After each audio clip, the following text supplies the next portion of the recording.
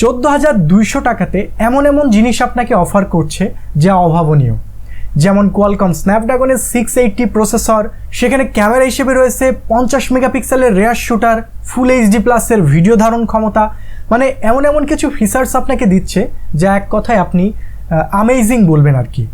তো এই সকল ফিচার্স বা এই সকল কম্পোনেন্ট আদৌ কি গুণগত মান সম্পূর্ণ কিনা এই বাজেট সেগমেন্টের মধ্যে, এই সকল বিস্তারিত বিষয় নিয়েই আজকের আলোচনার সর্বশেষে জানাবো যে এই ডিভাইসটি আদৌ এই বাজেটে কেনা উচিত হবে কিনা।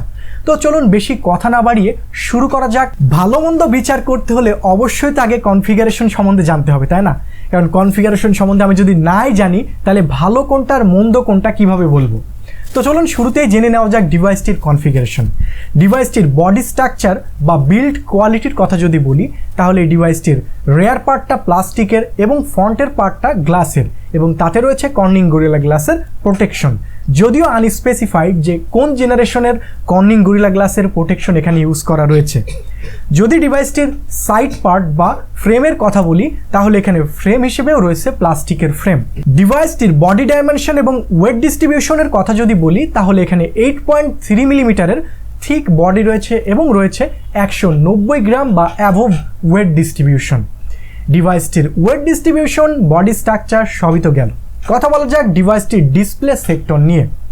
ডিসপ্লে নিয়ে বলবো তার আগে একটু বলি, আমি এই ডিভাইসটির কনফিগারেশনগুলো জাস্ট সিম্পলি বলে নিচ্ছি, লাস্টে কনক্লুশন টানবো যে আদৌ ডিভাইসের জিনিসগুলো বা কম্পোনেন্টগুলো গুণগত মান সম্পূর্ণ কিনা, বা এই দামে শাওমি কি শুধুই নাম্বার অফ গেম খেলছে নাকি আদৌ ভালো জিনিসই দিচ্ছে। তো চলুন ডিসপ্লে সম্বন্ধে জানা যাক। ডিসপ্লে হিসেবে এখানে রয়েছে 6.71 ইঞ্চেসের একটি এইচডি প্লাস রেজুলেশনের ডিসপ্লে। এখানে কিন্তু কোম্পানি একটা কস্ট কাটিং করেছে।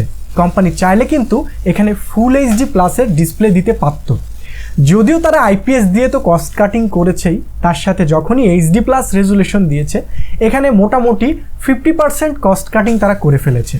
তো কোম্পানি যে কোয়ালকম স্ন্যাপড্রাগনের 680 এসওসি দিচ্ছে তার রিজন যে এখানে কস্ট কাটিং করছে আদার সেক্টর থেকে, যেমন ডিসপ্লে কোয়ালিটি মোটামুটি অন অ্যাভারেজ, খুব যে ভালো বা খুব যে ভাইব্রেন্ট কালার বা খুব যে ভালো আকর্ষণীয় কালার আপনাকে দিবে তেমনটা না।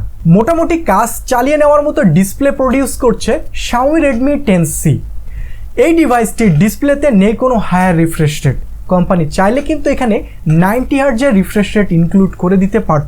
এখানেও কিন্তু কস্ট কাটিং করেছে রেগুলার রিফ্রেশ রেট বা লোয়ার রিফ্রেশ রেট দিয়ে। তো মোটামুটি ডিসপ্লে সেক্টর তো গেল, কথা বলা যাক ডিভাইসটির ব্যাটারি নিয়ে, যেখানে অ্যাজ ইউজুয়ালি 5000-এর ব্যাটারির সাথে রয়েছে 18 ওয়াটের ফাস্ট চার্জিং, যা অ্যাজ ইউজুয়াল শুরুতেই বলেছি যে as usual battery set up. ডিভাইসটির প্রসেসর ইউনিটটা অসম্ভব আকর্ষণীয়।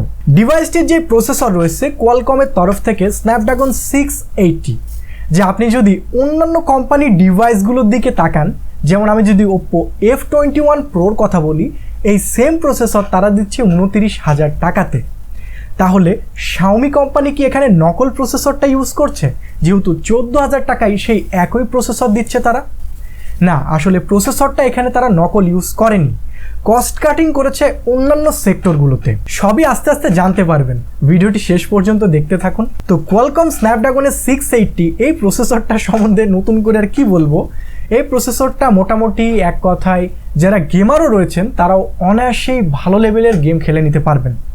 সাথে অ্যাড্রিনো 610-এর গ্রাফিক্স ইউনিট বা জিপিইউ সেক্টর থাকাতে গ্রাফিক্সের কোনো ল্যাকিংসও পাবেন না আপনি এইখানে। তো এই তো প্রসেসরের কথা বললাম। যদি আমি ডিভাইসটির অপারেটিং সিস্টেমে বলি, এখানে এসে আবার কস্ট কাটিং করে ফেলেছে। ডিভাইসটিতে অপারেটিং সিস্টেম হিসেবে রয়েছে অ্যান্ড্রয়েড 11। এখানে তারা চাইলে কিন্তু অ্যান্ড্রয়েড 12 ইউজ করতে পারত, তারা কস্ট কাটিং করে অ্যান্ড্রয়েড 11 দিয়ে দিয়েছে। ওই যে বললাম, ভিডিওটি শেষ পর্যন্ত দেখলে জানতে পারবেন যে কোম্পানি কোথায় কোথায় কস্ট কাটিং করে স্ন্যাপড্রাগনের 680 এত কম টাকার মধ্যে দিচ্ছে। যেমন ডিসপ্লেতে গেল, বডি ইকুইপমেন্টে গেল, ব্যাটারিতে গেল, অপারেটিং সিস্টেমে, বাদ বাকি আর কি থাকে হচ্ছে ক্যামেরা ইউনিট। ডিভাইসটিতে ক্যামেরা হিসেবে রয়েছে 50 মেগাপিক্সেলের রেয়ার শুটার, সাথে 2 মেগাপিক্সেলের চেনা জানা সবার পরিচিত ডেপথ ক্যামেরা।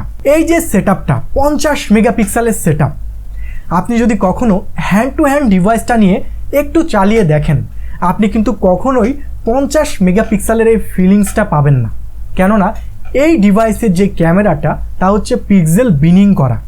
পিক্সেল বিনিং সম্বন্ধে অনেকেই হয়তো বা জানবেন, আর না জানারও কিছু নাই, কারণ যেখানে একটা ডিএসএলআর এর সর্বোচ্চ 12 অথবা 14 মেগাপিক্সেল অথবা 16 মেগাপিক্সেল ক্যামেরা থাকে, মানে ম্যাক্সিমাম ক্ষেত্রে আর কি, সেখানে 50 মেগাপিক্সেলের তো কোনো কথাই আসে না স্মার্টফোনের ক্ষেত্রে। তো এর ক্যামেরাটা আমি বলবো না যে ভালো। Xiaomi Redmi 10C নামেই 50 মেগাপিক্সেল ক্যামেরা দিয়েছে, কিন্তু এর ক্যামেরা দিয়ে আপনি আশানুরূপ ছবি তুলতে পারবেন না। এক কথায় আশানুরূপ ছবি আপনি কিন্তু পাবেন না, কেননা এর লোয়ার অ্যাপাচার, এর লো কোয়ালিটির সেন্সর, মানে অল ওভার আপনাকে ক্যামেরার দিক দিয়ে পুরোটাই হতাশ করবে। ওই যে বললাম আপনাকে ভালো প্রসেসর দিবে, কিন্তু আদার্স জায়গা থেকে অনেক কস্ট কাটিং করবে। তো রেয়ার ক্যামেরা সেটআপ তো মোটামুটি 50 আর 2 দিয়ে আমাদের আই ওয়াশ করছে যে আমরা হায়ার মেগাপিক্সেলের ক্যামেরা দিচ্ছি। ফ্রন্টে কিন্তু তারা 5 মেগাপিক্সেলের সেলফি স্ন্যাপার দিয়ে আরোই পুরোপুরি ক্লিয়ার করে দিয়েছে এর ক্যামেরার গুণগত মানটা কেমন। কারণ আমি এই ডিভাইসটা নিজে personally hand to hand experience করে দেখেছি। আমার কাছে অনেকেই সাজেশন চাই ভাই ব্রাদারদের মধ্যে যে ভাই এই ডিভাইসটা নেব কিনা। এমনই আমার এক ছোটো ভাইকে আমি এই ডিভাইসটা নিতে বলেছিলাম। তো ক্যামেরা আমি এক্সপিরিয়েন্স করে মোটেও ভালো বা আশানুরূপ ফলাফল আমি ক্যামেরা থেকে পাইনি। যদিও মোটামুটি পারফরমেন্সের দিক থেকে সন্তুষ্ট করেছে, ততটাও না, কারণ যদি এখানে কোয়ালকম স্ন্যাপড্রাগন 680-র সাথে থাকতো অ্যান্ড্রয়েড 12 ভার্সনের অপারেটিং সিস্টেম, তাহলে হয়তো বেটার কম্বিনেশন হতো। ও হ্যাঁ, কস্ট কাটিং কিন্তু আরও এক জায়গাতে করেছে। তারা কিন্তু চাইলে সাইড মাউন্টেড ফিঙ্গারপ্রিন্ট ইউজ করতে পারত। তারা ইউজ করেছে ব্যাক প্যানেলে রেয়ার মাউন্টেড ফিঙ্গারপ্রিন্ট সেটআপ, যা খুবই লো কস্ট ক্যারি করে। এখানে যদি সাইড মাউন্টেড ইউজ করতে হতো তাহলে কিন্তু অনেকটাই দামটা বেশি করে দিত এই ডিভাইসটার। যেহেতু দামটা কম বা দামটা আপনাদের সাধ্যের মধ্যে, সেই জায়গাতেই তারা ব্যাক মাউন্টেড বা রেয়ার মাউন্টেড ফিঙ্গারপ্রিন্টটা দিয়ে দিয়েছে। তো মোটামুটি কনফিগারেশন জানার পরে আমার আইডিয়া যে কোথায় কোথায় কস্ট কাটিং করা হয়েছে আপনাদের এতক্ষণে ধারণা হয়ে গিয়েছে। তারপরও কনক্লুশন টানি যে কোথায় কোথায় কোম্পানি কস্ট কাটিং করেছে, অথবা কেন এই ডিভাইসটা আদৌ কেনা উচিত কিনা। যেমন বললাম, ডিভাইসটার বডি স্ট্রাকচার বা ডিভাইসটার বিল্ড কোয়ালিটি আমার কাছে একদমই পোর কোয়ালিটির মনে হয়েছে। যদিও ডিভাইসটা অনেক বেশি ভারী এবং বাল্কি করেছে, যাতে করে কাস্টমাররা ভাবে যে আমার ডিভাইস ভারী, তার মানে হয়তো বা জিনিস ভালো। আসলে এর কোয়ালিটিটা কিন্তু বিল্ড কোয়ালিটিটা পোর। খুব যে ভালো বিল্ড কোয়ালিটি দিয়েছে তা না, এর বিল্ড কোয়ালিটি আমার কাছে একদমই পছন্দ হয়নি। তো বিল্ড কোয়ালিটিতে তো কস্ট কাটিং করেছে ডিসপ্লেতেও কস্ট কাটিং। HD+ রেজুলেশন এবং লোয়ার PPI দিয়ে এখানে বিশাল বড় একটা কস্ট কাটিং করেছে। আরও কস্ট কাটিং করেছে নচ শেপের ক্যামেরা দিয়ে। তারা চাইলে কিন্তু সেন্ট্রাল পাঁচশোল অথবা সাইড পাঁচশোল ক্যামেরা দিতে পারত। তারা সেই পুরনো শেপের নচ শেপের ক্যামেরা দিয়েও এখানে কস্ট কাটিং করেছে হায়ার রিফ্রেশ রেট না দিয়ে। আরও কস্ট কাটিং করেছে ক্যামেরার জায়গাতে। তারা হয়তো বা বড় বড় নাম্বারের ক্যামেরা ইউজ করেছে, তবে গুণগত মান সম্পূর্ণ ক্যামেরা তারা ইউজ করেনি। আরও কস্ট কাটিং করেছে রেয়ার মাউন্টেড ফিঙ্গারপ্রিন্ট বা এর পেছনে ফিঙ্গারপ্রিন্টটা দিয়ে, যেখানে তারা চাইলেই অনায়াসে সাইড ফিঙ্গারপ্রিন্ট অ্যাড করে দিতে পারত। তো মোটামুটি এই জিনিসগুলো আমার কাছে চোখে ধরার মতো কস্ট কাটিং বা প্রবলেম বা খামতি মনে হয়েছে, যা এই বাজেটে দাঁড়িয়ে আমার কাছে মনে হয়েছিল যে এইগুলো কোম্পানি চাইলে কিন্তু মোটামুটি তারা চাইলে ইমপ্রুভ করতে পারতো বা এই বেটার অপশনগুলো তারা দিতে পারতো। যেহেতু তারা এইগুলো দেয়নি, তাহলে এই ডিভাইসটা আদৌ কি কেনা উচিত না? না, আমি আসলে তা ঠিক বলবো না। যারা Xiaomi লাভার বা Redmi লাভার আছে, তারা অবশ্যই আমি সাজেস্ট করলেও কিনবে, সাজেস্ট না করলেও কিনবে। তাহলে এই ডিভাইসটা কারা কিনবে আর কারা কিনবে না? এই ডিভাইসটা ঠিক তারাই কিনবে যারা কিনা গেমার বা যারা মোটামুটি গেম খেলেন।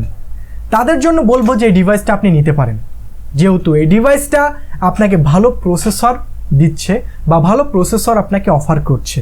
তাই জন্য আপনি যদি একজন গেমার হয়ে থাকেন অথবা আপনি যদি একজন মিডিয়া কনজিউমার হয়ে থাকেন, তাহলে এই ডিভাইসটা আপনার জন্য। কিন্তু আপনি যদি একজন প্রোডাক্টিভিটি ইউজার হয়ে থাকেন অথবা মাল্টিটাস্কার হয়ে থাকেন অথবা আপনার ডিভাইসটা থেকে অল স্কোয়ার পারফরমেন্স চান, তাহলে এই ডিভাইসটা মোটেও ভাই আপনার জন্য না। বাংলাদেশের বাজারে এই ডিভাইসটা দুইটি ভেরিয়েন্টে অ্যাভেলেবল, আর তা হচ্ছে 464 14,200 আর 4128 15,100 টাকাতে। তো আপনাদের মধ্যে কারা কারা এই ডিভাইসটা কিনতে আগ্রহী আর কারা কারা এই ভিডিওটা দেখার পরে ডিসিশন নিতে সুবিধা হলো, তারা কমেন্টে জানাবেন যে ভিডিওটি থেকে উপকৃত হলেন কিনা।